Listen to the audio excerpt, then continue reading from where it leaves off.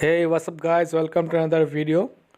तो ये है पल्सर 150 क्लासिक 2019। तो ये बाइक लगभग 4 महीना पुराना है। तो जैसे कि आप देख सकते हैं इसमें बहुत सारे स्क्रैचेस पड़ गए हैं। पता नहीं कैमरे में कितना दिखाई दे रहा होगा, लेकिन इसमें बहुत सारे स्क्रैचेस और सोल मार्क्स है।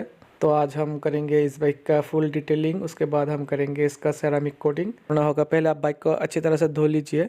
उसके बाद आपको ऑब्जर्व करना होगा कि इसके सरफेस स्मूथ है या रफ़ है। अगर बहुत ज़्यादा रफ़ हुआ सरफेस तो आपको इसमें क्लीनिंग करना पड़ेगा, लेकिन ये बाइक ज़्यादा पुराना नहीं है तो इसका सरफेस इतना रफ़ नहीं है, स्मूथ ही है। तो इसमें हम क्लीनिंग प्रोसेस नहीं करेंगे। क्लीनिंग प्रोसेस को हम स्किप करके हम डायरेक्ट कंपाउंडिंग करेंगे पहले, उसके बाद हम करेंगे इसके पॉलिशिंग। तो अभी मैं इसमें जो कंपाउंड यूज़ कर रहा हूँ वो है 3M का फाइन एसिड कंपाउंड। आप कोई भी अच्छा वाला कंपाउंड यूज़ कर सकते हैं। और मैं इसमें यूज़ कर रहा हूँ चेस्टोन का कॉर्डलेस ड्रिल और उल पैड। तो आपको पहले पेंट की सरफेस को ध्यान में रखते हुए आपको कंपाउंड चूज़ करना पड़ता है। अगर स्क्रैचेस ज़्यादा हुआ तो आपको हेवी कट कंपाउंड यूज़ करना होगा। अगर स्क्रैचेस ज़्यादा नहीं हुआ तो आप मीडियम कट या लो कट कंपाउंड यूज़ कर सकते हैं। और एक जगह पे बार बार कंपाउंडिंग मत कीजिए, 2-3 लैप करके उसको अच्छी तरह से एक माइक्रोफाइबर क्लॉथ से वाइप कीजिए। फिर देखिए कि स्क्रैचेस है या चला गया है। अगर स्क्रैच चला गया है तो कंपाउंडिंग की और ज़रूरत नहीं है उस जगह पे। अगर नहीं गया है तो ये स्टेप आप एक बार और 2 बार फिर से कर सकते हैं। उसके बाद आपको पॉलिशिंग करना होता है। तो यहाँ पे मैं मैगवर्स का अल्टीमेट पॉलिश यूज़ कर रहा हूँ। आप कोई भी अच्छा वाला पॉलिश यूज़ कर सकते हैं, लेकिन ध्यान रखिए कि वो पॉलिश अच्छे ब्रांड का हो, अच्छी क्वालिटी का हो। ज़्यादा चीप वाला मत यूज़ कीजिए, नहीं तो अच्छा रिज़ल्ट आपको नहीं मिलेगा। तो यहाँ पे मैं यूज़ कर रहा हूँ सॉफ्ट फोम पैड। तो आप इसको ड्रिल में लगा के भी यूज़ कर सकते हैं और हाथ से भी कर सकते हैं। तो मैं हाथ से कर रहा हूँ। तो देखिए आफ्टर कंपाउंडिंग एंड पॉलिशिंग ये बाइक का सारा स्क्रैचेस चला गया है और उसमें जो फैक्ट्री शाइन रहता है शोरूम से जब आप ख़रीदते हैं वो वापस आ गया है। तो उसके बाद जो नेक्स्ट स्टेप रहता है वो है बाइक की सरफेस को अच्छी तरह से प्रेप करना। तो मैं यहाँ पे यूज़ कर रहा हूँ 70% आइसोप्रोपिल अल्कोहल। आप कोई भी मेडिकल शॉप में जाके ये ख़रीद सकते हैं। उसके बाद 70% अल्कोहल लेना है और 30% पानी मिला के आपको यूज़ करना है।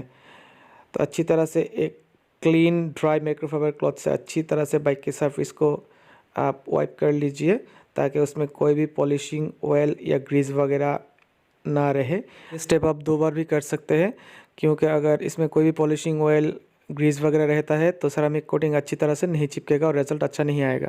सो इसके बाद नेक्स्ट स्टेप में हम करेंगे सेरामिक कोटिंग। तो मैं यहाँ पे यूज़ कर रहा हूँ मिस्टर फिक्स का सेरामिक कोटिंग। ये मिस्टर फिक्स का ग्लास कोटिंग है। ये चीप रेट में अच्छा रिजल्ट देता है।